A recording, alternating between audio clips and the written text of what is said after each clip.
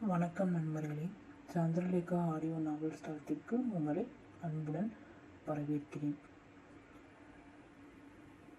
இது என்னுடைய முதல் கதை. கதையின் பெயர் எனது மனையாளன். இந்த கதையின் முன்னோட்டம். இந்த கதையின் நாயகியில் வரும் நம் செந்நிலாவிற்கு 1000 கனவுகள் உள்ளன. அதில் ஒரு கனவு தனது மனையாளன் பற்றிய கனவு. அந்த கனவு நிறைவேறியதா இல்லையா என்று இக்கதையின் மூலம் நாம் தெரிந்து கொள்வோம். அத்தியாயம் 1.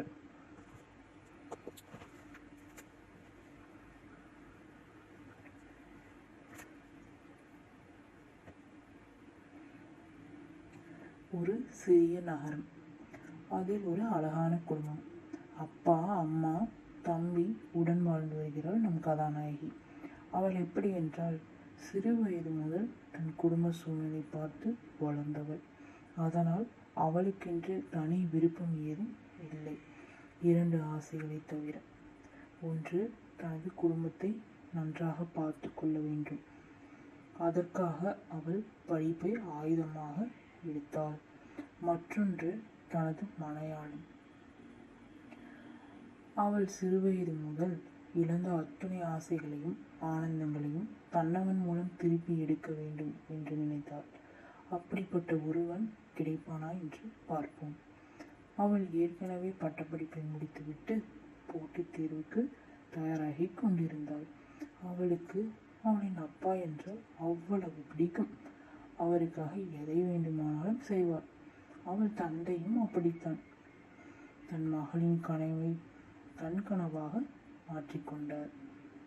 அவளுக்காக எதை வேண்டுமானாலும் செய்வாள். ஒருபுறம் இப்படி.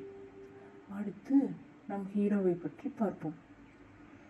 ஒரு பெரிய நகரம். அங்கு வானை முட்டும் அளவிற்கு வீடு. அவன் வீட்டிற்கு ஒரே மகன். அவனுக்கு அன்பான அப்பா, அம்மா. அவனது அப்பா ஒரு பெரிய பிஸ்னஸ்மேன். தன் மகனின் ஆனந்தத்திற்காக வாழ்பவர்கள். அவனும் பணக்கார வாரிசாக இருந்தாலும் தனது சொந்த காலில் நிற்க வேண்டும் என்று ஆசை. அதற்காக அவன் UPSC தேர்விற்கு படித்துக் கொண்டிருந்தான். தனது மகனின் ஆசைக்காக அவர்களும் ஒத்துக்கொண்டனர். அவனின் தந்தையின் வருமானம் 1 மணி நேரத்திற்கு எவ்வளவு என்று அவருக்கே தெரியாது. இருந்தும் அவனை பார்த்தால் அந்த வீட்டு பையன் என்று சொல்ல முடியாது. அவ்வளவு சிம்பிள். சரி, இப்போ அவங்க பேர் என்னன்னு தெரிஞ்சுக்க ஆர்வமா இருக்கா? சொல்றேன். நம் கதாநாயகியின் பெயர் செந்நிலா. நம் கதாநாயகனின் பெயர் சூரிய பிரகாஷ். இந்த சூரியனும் சந்திரனும் சேர்வார்களா என்று பார்ப்போம். இனி வரும் அத்தியாயத்தை நாம் அடுத்தடுத்த அத்தியாயத்தில் காண்போம். தொடரும். இந்த கதை உங்களுக்கு பிடிச்சிருந்தது அப்படின்னா லைக் பண்ணுங்கள், ஷேர் பண்ணுங்கள், கமெண்ட் பண்ணுங்கள், சப்ஸ்கிரைப் பண்ணுங்கள். தேங்க்யூ ஃபார் வாட்சிங்.